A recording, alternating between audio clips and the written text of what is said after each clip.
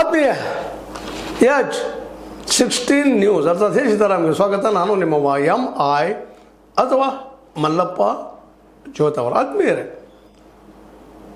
ಜಂಜಿಯಲ್ಲಿ CGPಯಲ್ಲಿ ನಾವೆರಡು ಒಂದು ಮಾಡಿ ಕ್ಲಬ್ ಮಾಡಿ ಹೇಳೋ ಪ್ರಯತ್ನ ಮಾಡ್ತಾ ಇರ್ತೀವಿ. ಅದರ ಅಭಿಷೇಕ್ ನಮ್ಮ ದಿಕ್ಕಿ CGP ಅಂದರೆ ಕಾಕ್ರೋಚ್ ಜನತಾ ಪಾರ್ಟಿಯ ಸಂಸ್ಥಾಪಕ ಅಧ್ಯಕ್ಷಂತಿರೋ ಏನಂತಿರೋ ಅವ್ರಿಗೆ ಅವ್ರದ್ದಂಥವರು ಸ್ಪಷ್ಟಪಡಿಸ್ತಾ ಇದ್ದಾರೆ, ನಮ್ಮ ಜಂಜಿ ಅಲ್ಲ, ಹಿಂಸೆಯಲ್ಲಿ ನಾವು ವಿಶ್ವಾಸ ಇಟ್ಟಿಲ್ಲ, ಹಿಂಸೆ ನಮಗೆ ಸಂಬಂಧಿಸಿದ್ದಲ್ಲ ಅಂತ ಸ್ಪಷ್ಟೀಕರಣ ಕೊಟ್ಬಿಟ್ಟಿದ್ದಾರೆ. ನಮ್ಮದು ಗಾಂಧಿ ಮತ್ತು ಅಂಬೇಡ್ಕರ್ ಅವರು ವಿಶ್ವಾಸ ಇದ್ದಂತಹ ರಾಜಕೀಯ ಪಕ್ಷ ಅಲ್ಲ, ಹೋರಾಟ. ಒಂದು ವ್ಯವಸ್ಥೆಯನ್ನು ಬದಲಾಯಿಸಬೇಕಾಗಿದೆ. ನಮಗೆ ಶಿಕ್ಷಣ ವ್ಯವಸ್ಥೆ ಹಾಳಾಗಿ ಹೋಗ್ಯದ, ಅದು ತಿದ್ದಬೇಕಾಗಿದೆ ಅಂತ ಮಾತನ್ನು ಮಾತಾಡಿದಾಗ ಸಹಜವಾಗಿ ನಿಮ್ಗೆ ಗೊತ್ತದ ಜನತಾ ಮಂತ್ರದಲ್ಲಿ ಏನಾಯಿತು, ಅವ್ರ ಮೇಲೆ ದಾಳಿ ಯಾವ ರೀತಿ ಆಯಿತು, ಮುಂದೆ ಬಂದೂಕಿನ ಹೊಡೆದಂಥ ಪ್ಯಾಲೆಟ್ಗಳ ಮೂಲಕ ಅಲ್ಲಿ ಅನೇಕ ವಿದ್ಯಾರ್ಥಿಗಳಿಗೆ ಕಲ್ಲಿಗೆ ಮುಖಕ್ಕೆ ಪೆಟ್ಟಾಗಿದ್ದು ನೀವೆಲ್ಲ ನೋಡ್ತಾ ಇದ್ದೀರಿ. ಅದನ್ನು ರಾಹುಲ್ ಗಾಂಧಿಯವರು ಪ್ರದರ್ಶನ ಸಹಿತ ಮಾಡಿಬಿಟ್ಟಿದ್ದಾರೆ, ಜನಕ್ಕೆ ತೋರಿಸಿದ್ದಾರೆ. ಅದಕ್ಕಾಗಿಯೇ ಇವತ್ತು ಈ ಪಾರ್ಲಿಮೆಂಟ್ ಮುಂದೆ ಸ್ಟ್ರೈಕ್ ಅಥವಾ ಪ್ರತಿಭಟನೆ ಮಾಡ್ತಾ ಇದ್ದಾರೆ ರಾಹುಲ್ ಗಾಂಧಿಯವರು. ನೀವು ಉತ್ತರ ಕೊಡಬೇಕು ಶಾರ್ ಅವರೇ, ಅಮಿತ್ ಶಾರ್ ಅವರೇ, ಇದು ಆಜ್ಞೆ ಮಾಡಿದವರು ಯಾರು? ಈ ವಿದ್ಯಾರ್ಥಿಗಳ ಮೇಲೆ ಅನ್ಯಾಯ ಆದಂಥ ವಿದ್ಯಾರ್ಥಿಗಳ ಮೇಲೆ ಲಾಠಿ ಪ್ರಯೋಗ ಮಾಡಲಿಕ್ಕೆ ಯಾರು ಹೇಳಿದರು? ಹಿಂಸೆಯಿಂದ ಅವ್ರನ್ನ ಒತ್ತಡ ತರಬೇಕಂತ ಯಾರು ಹೇಳಿದರು? ಅದಕ್ಕಾಗಿ ನೀವು ಬಂದು ಉತ್ತರ ಕೊಡೋದು ಅವ್ರು ಪಾರ್ಲಿಮೆಂಟಿಗೆ ಬರ್ತಾಯಿಲ್ಲ. 13 ತಾರೀಕಿಗೆ ಈ ಸೆಷನ್ ಮುಗಿಯುವಂಥದ್ದು, ಇಷ್ಟಾದರೂ ಇನ್ನೂ ಬರ್ತಾಯಿಲ್ಲ, ಬಂದು ಉತ್ತರ ಕೊಡ್ತಾ ಇಲ್ಲ. ಇವತ್ತೇನು ಮಾಡ್ತಾರೋ ಗೊತ್ತಿಲ್ಲ. ಒಟ್ಟಾರೆಯಾಗಿ ಈ ಒಂದು ಸಮಸ್ಯೆ ದಿನಕ್ಕೆ ಬೆಳೀತಾ ಇವತ್ತು ಈ ಒಂದು ದೇಶದ ಕಣ್ಣಲ್ಲಿ, ಯುವಕರ ಕಣ್ಣಲ್ಲಿ BJP ಪೂರ್ತಿಯಾಗಿ ಬಿತ್ತು ಹೋಗ್ಬಿಟ್ಟದ. ಮೊದಲು BJP ಒಂದು ಆದರ್ಶ ಗುರುವಿಗೆ ಪರಂಪರೆ ಮಾಡ್ಕೊಂಡು ಹೋಗ್ತೀವಿ ನಾವು, ಗುರುವಂದನೆ ಮತ್ತೇನು ಹೇಳ್ತಾ ಬಂದಂಥ ಒಂದು ಪಕ್ಷ ಇವತ್ತು ಆ ಒಂದು ನೆಲೆಗಟ್ಟಲೆ, ಶಿಕ್ಷಣ ನೆಲೆಗಟ್ಟಲ್ಲಿ ಬಿದ್ದು ಹೋಯ್ತಾ ಅನ್ನೋ ಸಂದರ್ಭದಲ್ಲಿ ಅನೇಕ ಟೀಕೆ ಟಿಪ್ಪಣಿಗಳು ಬರೋ ಸಂದರ್ಭದಲ್ಲಿ ಇತ್ತೀಚೆಗೆ ಒಂದು ನಮ್ಮ ಮೋಹನ್ ಭಾಗವತರು RSS ಇವತ್ತು ಟೀಕೆಗೆ ಒಳಗಾಗ್ತಾ ಇದೆ. ಯಾಕಂದ್ರೆ ನೀವು ಯಾವ ಪರ, ಯಾರ ಪರ? ಈಗಾಗಲೇ ಅಖಿಲ ಭಾರತೀಯ ವಿದ್ಯಾರ್ಥಿ ಪರಿಷತ್ ನಾವು ಸ್ಟ್ರೈಕ್ ಮಾಡಿದ್ದೀವಿ, ಮತ್ತೇನು ಮಾಡಿದ್ವಿ ಹೇಳ್ತಾ ಇದ್ದಾರೆ, ಇಲ್ಲಂತಲ್ಲ.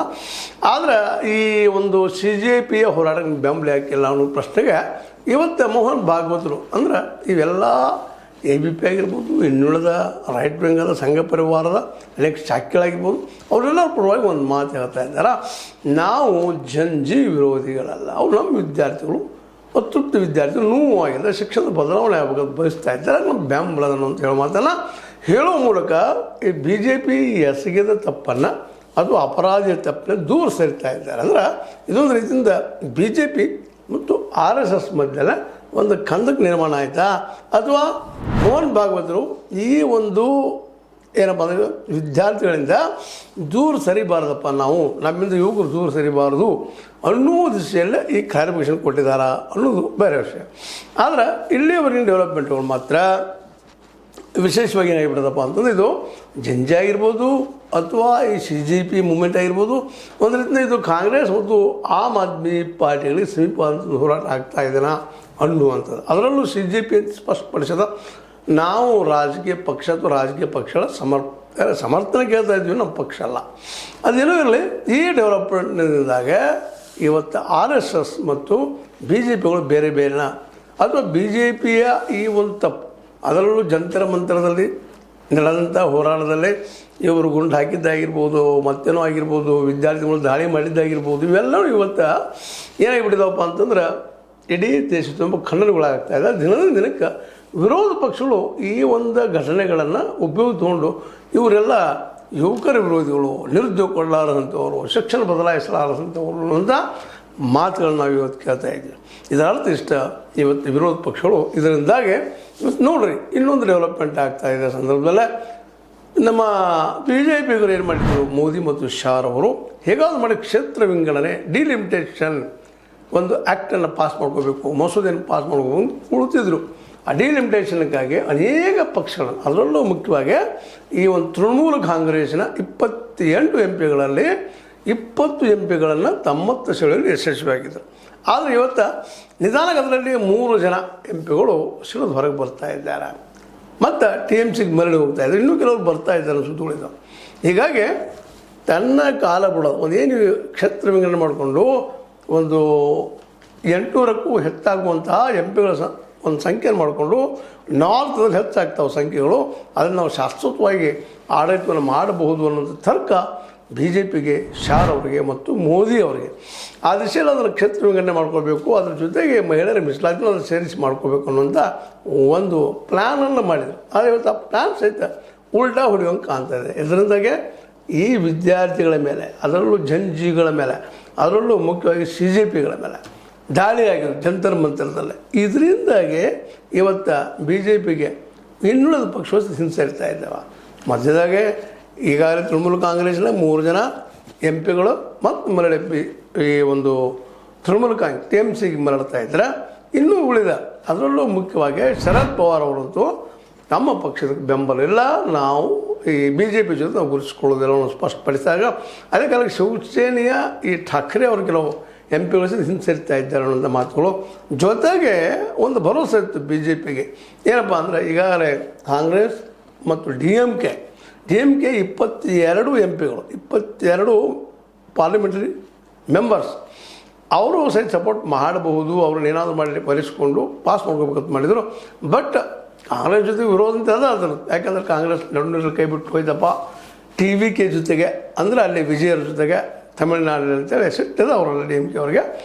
ಆದರೆ BJPಗೆ ಈ ವಿಷಯದಲ್ಲಿ ಸಪೋರ್ಟ್ ಮಾಡೋ ದಿಶೆಯಲ್ಲಿ ಅವ್ರು ಮುಂದಿಲ್ಲ. ಹೀಗಾಗಿ ಈ ಡಿಲಿಮಿಟೇಷನ್ ಆ್ಯಕ್ಟ್ ತರಬೇಕೋ ತರಬಾರ್ದು ಸಂಸತ್ತಿಗೆ ಈಗಾಗಲೇ ಬಿದ್ದು ಹೋಗ್ಯದ ಮೊದಲನೇ ಸೆಷನ್, ಈ ಹಿಂದಿನ ಸೆಷನ್ದಲ್ಲಿ. ಈಗ ತಂದು ಅದು ಮಾಡ್ಕೋಬೇಕು, ಪಾಸ್ ಮಾಡ್ಕೋಬೇಕು ಅಂತ. ಯಾಕಂದ್ರೆ ಪಾಸ್ ಆಗಬೇಕಾಯ್ತಂದ್ರೆ ಡಿಲಿಮಿಟೇಷನ್ ಪಾಸ್ ಆಗಬೇಕಾಯ್ತಂದ್ರೆ 2/3 ಮೆಜಾರಿಟಿ ಆಗಬೇಕಾಗಿದೆ. 2/3 ಮೆಜಾರಿಟಿ 362 ಅದು ಆಗುವುದಂತೆ. ಈಗ ಮತ್ತೆ ಅವರು 3 ಜನ ಏನಾದರೂ TMCಯಿಂದ TMCಗೆ ಮರಳಿ ಹೋದ್ರೆ ಅಲ್ಲೇ 2/3 ಮೆಜಾರಿಟಿ ಅಲ್ಲಿ ಆಗುವುದಿಲ್ಲ. ಹೀಗಾಗಿ ಅವರು ಸಹಿತ ಇನ್ನುಳಿದವರೆಲ್ಲ 17 ಜನ ಏನಪ್ಪ ಅಂತಂದ್ರೆ ಆ್ಯಂಟಿ ಡಿಫೆಕ್ಷನ್ ಬಿಲ್ ಧರಿಸುವುದರಿಂದಾಗೆ, ಅಂದ್ರೆ ಪಕ್ಷಾಂತರ ಮಸೂದೆಯ ಒಂದು ಹಿಡಿದಿರಿಸುವುದರಿಂದಾಗಿ ಅವ್ರ ಮೆಂಬರ್ಶಿಪ್ ಹಾಳಾಗುವುದರಿಂದಾಗೆ ಈ ಏನು ಕನಸು ಕಂಡಿತ್ತು ಮೋದಿ ಮತ್ತು ಶಾ ಅವರು ಡಿಲಿಮಿಟೇಷನ್ ಬಗ್ಗೆ ಪಾಸ್ ಆಗೋದು ಅಸಾಧ್ಯ ಅನ್ನುವಂಥ ಮಾತುಗಳು ಕೇಳಿ ಬರ್ತದೆ. ಒಟ್ಟಾರೆಯಾಗಿ ಎಲ್ಲ ಡೆವಲಪ್ಮೆಂಟ್ಗಳನ್ನು ನೋಡಿದಾಗ ಜಂಜಿ ಮತ್ತು ಅದೇ ಕಾಲಕ್ಕೆ CJP ಅವೆರಡು ಬೇರೆ ಬೇರೆ. ಜಂಜಿ ನೇಪಾಳ ಮತ್ತು ಅದೇ ಕಾಲಕ್ಕೆ ಇನ್ನೊಂದು ಶ್ರೀಲಂಕಾದಲ್ಲಿ ಆಗಿರ್ಬೋದು, ಬಾಂಗ್ಲಾದಲ್ಲಿ ಆಗಿರ್ಬೋದು, ಹಿಂಸಾತ್ಮಕವಾಗಿ ಅಧಿಕಾರವನ್ನು ಬದಲಾಯಿಸಲು ಪ್ರಮುಖ ಪಾತ್ರ ವಹಿಸಿದ್ರೆ, ಇಲ್ಲೇ ಇದು ಅಹಿಂಸಾತ್ಮಕವಾಗಿ CJP ಅನ್ನುವಂಥ ಒಂದು ಹೊಸ ಪಕ್ಷ ಇಟ್ಕೊಂಡು, ಪಕ್ಷ ಅನ್ನೋಕ್ಕಿಂತಲೂ ಇದು ಹೋರಾಟದ ಪಕ್ಷ ಇಟ್ಕೊಂಡು ಇವತ್ತು ಇಡೀ ರಾಷ್ಟ್ರದ ಶಿಕ್ಷಣ ವ್ಯವಸ್ಥೆ ಆಗಿರ್ಬೋದು, ಈ ಒಂದು ಸಾಮಾಜಿಕ ವ್ಯವಸ್ಥೆ ಆಗಿರ್ಬೋದು, ಅದರಲ್ಲಿ ಬದಲಾವಣೆ ತರೋದಿಲ್ಲ ದೊಡ್ಡ ಹೆಜ್ಜೆ ಇಡ್ತಾ ಇದೆ. ಜೊತೆಗೆ ಇಡೀ ರಾಷ್ಟ್ರವ್ಯಾಪಿ ಆಗ್ತಾಯಿದೆ ಈ ಯುವ ಆಂದೋಲನ. ಈ ಯುವ ಆಂದೋಲನ ರಾಷ್ಟ್ರವ್ಯಾಪಿ ಆಗೋದ್ರಿಂದಾಗಿ ಸಹಜವಾಗಿ ಇದು ಭಯ RSS ಶುರುವಾಗಿದೆ. ಅಲ್ಲಪ್ಪ ನಮ್ಗೆ ಯುವಕರು ನಮ್ಮ ಜೊತೆಗಿದ್ರು ಇಲ್ಲಿವರೆಗೆ, ಅವರು ನಮ್ಮಿಂದ ದೂರ ಹೋಗ್ತಾರ ಅನ್ನೋ ಕಾರಣ ಆಗಿರ್ಬೋದು, ಮತ್ತೊಂದು ಆಗಿರ್ಬೋದು. ಇವತ್ತು ಮೋಹನ್ ಭಾಗವತರು ಸ್ಪಷ್ಟೀಕರಣ ನೀಡ್ತಾ ಇದ್ದಾರೆ, ನಾವು ಜಂಜಿಗಳ ವಿರೋಧಿ ಅಲ್ಲ, ನಾವು ವಿದ್ಯಾರ್ಥಿಗಳು ಏಳಿಗೆಯನ್ನು ಬಯಸುವಂಥವ್ರು, ಉದ್ಯೋಗವನ್ನು ಬಯಸುವಂಥವ್ರು ಅಂತಂದಾಗ ಸಹಜವಾಗಿ ಆ CJPಗೆ ಸಂಬಂಧಿಸಿದಂಥ ಒಬ್ಬ ವಿದ್ಯಾರ್ಥಿ ಸ್ಪಷ್ಟೀಕರಣ ಕೇಳ್ತಾ ಇದ್ದಾರೆ. ಅಲ್ಲ ಮತ್ತು ನೀವು ನಮ್ಮ ರಾಷ್ಟ್ರ ವಿರೋಧಿಗಳು ಮತ್ತೇನೊಂದು ಕರಿತಾ ಇದ್ದಾರೆ ಇವರೆಲ್ಲ BJPಗರು, ನಾವು ರಾಷ್ಟ್ರ ವಿರೋಧಿಗಳ ಅಂತಂದಾಗ ಅಲ್ಲ, ನೀವು ನಿಮ್ಮ ಬೇಡಿಕೆಯನ್ನು ಮುಂದಿಟ್ಟಿದ್ದೀರಿ, ನೀವು ರಾಷ್ಟ್ರ ವಿರೋಧಿಗಳಲ್ಲ ಅನ್ನುವಂಥ ಸ್ಪಷ್ಟೀಕರಣ ನೀಡಿ ಈ ಒಂದು ಏನಪ್ಪ ಅಂತಂದ್ರೆ ಹೋರಾಟಕ್ಕೆ ಈ ಒಂದು ಏನಪ್ಪ ಅಂತಂದ್ರೆ ಬೆಂಬಲ ಸೂಚಿಸುವ ಈ ನಮ್ಮ ಈ ಒಂದು RSS ಸಹಜವಾಗಿ BJPಯಿಂದ ಈ ಒಂದು ವಿಷಯದಲ್ಲಿ ದೂರೀಕರಣ ಮಾಡಿಕೊಳ್ಳೋದು ನೋಡಿದಾಗ ಇದು ಒಂದು ಹೊಸ ಒಂದು ಹೆಜ್ಜೆ. ಜೊತೆಗೆ CJP ಇನ್ನಷ್ಟು ಜನರ ಸಮೀಪ, ಯುವಕರ ಸಮೀಪ ಹೋಗ್ತಾ ಇದೆ ಅನ್ನೋದು ಸಂಕೇತ ಅನ್ನೋ ಮಾತನ್ನು ಹೇಳ್ತಾ, ಏನೋ ಆಗಲಿ ಮೋಸ್ಟ್ಲಿ ಈ ಡೆವಲಪ್ಮೆಂಟ್ RSS ಮತ್ತು BJPಯಲ್ಲೇ ಹೊಸ ಒಂದು ಕಂಪನವನ್ನು ಉಂಟು ಮಾಡಿದ್ರೆ. ಇದರಿಂದಾಗಿ ಒಂದು ಪ್ಲ್ಯಾನ್ ಮಾಡಿದ್ರಲ್ಲ ಮೋದಿ ಮತ್ತು ಶಾ ಅವರು, ಏನಾದರೂ ಮಾಡಿ ಡಿಲಿಮಿಟೇಷನ್ ಕ್ಷೇತ್ರ ಮರುವಿಂಗಡಣೆ ಮಾಡ್ಕೊಳ್ಬೇಕಂತೇಳಿ ಅದು ಸಹಿತ ಪ್ಲ್ಯಾನ್ ಉಲ್ಟಾ ಹೊಡೆಯುವ ಎಲ್ಲ ಸಾಧ್ಯತೆಗಳು ಕಾಣ್ತಾ ಇದ್ದಾವೆ. ಏನಾಗ್ತದೆ ಮುಂದಿನದಲ್ಲೇ. ಆದರೆ ಶಾ ಅವರು ಮಾತ್ರ ಇವತ್ತು ಪಾರ್ಲಿಮೆಂಟಿಗೆ ಉತ್ತರ ಕೊಡಬೇಕಾದ್ದು ಅನಿವಾರ್ಯದ ಆ ಪರಿಸ್ಥಿತಿಯನ್ನು ರಾಹುಲ್ ಗಾಂಧಿ ಅವರು ತಂದು ನಿಲ್ಲಿಸಿದ್ದಾರೆ ಅಂತ ಹೇಳ್ತಾ, ಇದು ನಿಮ್ಗೆ ಲೈಕ್ ಆಗಿರ್ಬೋದು, ಲೈಕ್ ಮಾಡಿ ಶೇರ್ ಮಾಡಿ ಕಮೆಂಟ್ ಮಾಡಿರಿ. ಜೊತೆಗೆ ಸಬ್ಸ್ಕ್ರೈಬ್ ಮಾಡಿ. H16 ನ್ಯೂಸ್ ಅರ್ಥಾತ್ ಶೇಷಿತರ ಸತ್ಯದ ಕೈಗಳಲ್ಲಿ ವಂದನೆ. ಆತ್ಮೀಯ ಸಾರ್ವಜನಿಕರಲ್ಲಿ H16 ಅರ್ಥಾತ್ ಸೀತಾರಾಮದಿಂದ ಒಂದು ಮನವಿ. ಈ ಸಂಸ್ಥೆ ಭ್ರಷ್ಟಾಚಾರ, ಅನ್ಯಾಯ, ಅತ್ಯಾಚಾರಗಳಿಂದ ನೊಂದವರ ವೇದಿಕೆ.